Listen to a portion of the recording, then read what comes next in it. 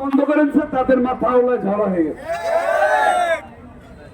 বিগত 17 বছরে ভারত যে পরিমাণ সুবিধা বাংলাদেশ থেকে নিয়েছে, 53 বছর স্বাধীনতার পয়সা আর কেউ নেয় নাই।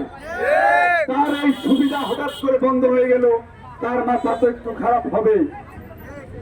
বাংলাদেশের ছাত্র জনতা দীর্ঘ 15 বছর লড়াই সংগ্রাম করে নতুন এক স্বাধীনতা এনে দিয়েছে আমাদের।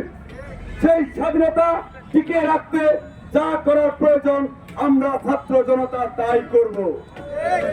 বাংলাদেশ নিয়ে অনেক ষড়যন্ত্র করছে, হাসিনাকে টিকিয়ে রাখতে আমাদের আগরতলায় হামলা করেছে, বিভিন্ন ভাবে কূটনৈতিক ভাবে আমাদেরকে চাপে ফেলার চেষ্টা করেছে। বাংলাদেশে কোন জায়গায় হিন্দুদের উপর আক্রমণ হয়েছে কেউ বলতে পারবে?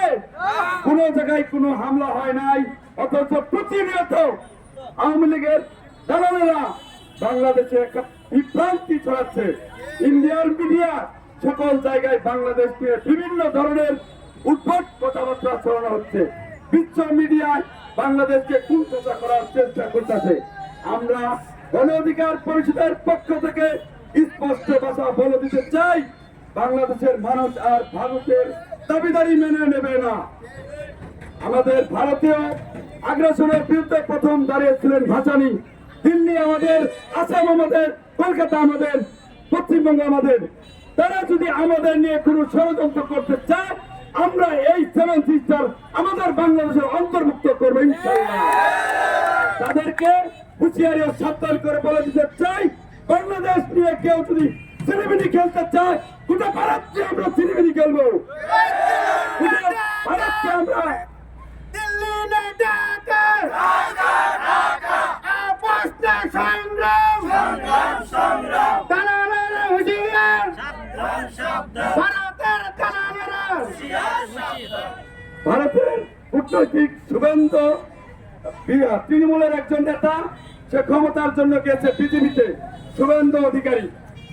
সে বাংলাদেশ নিয়ে অনেক উদ্ধার কথা বলছে। তাকে নিয়ে কথা বলতে আমাদের কেন্দ্রীয়ভাবে নিষেধ আছে, কারণ গণ অধিকার পরিষদ কোনো বিষয় নিয়ে কথা বললেই সেই নেতা ভাইরাল হয়ে যায়। তো তাকে আমরা ভাইরাল করতে চাই না। পশ্চিমবঙ্গের মমতা ব্যানার্জি, সে যখন ভোটের সময় হয় মুসলমানদের সাথে সম্পর্ক তৈরি করে, যখন আবার ভোট আসবে তখন সে সম্পর্ক তৈরি করবে।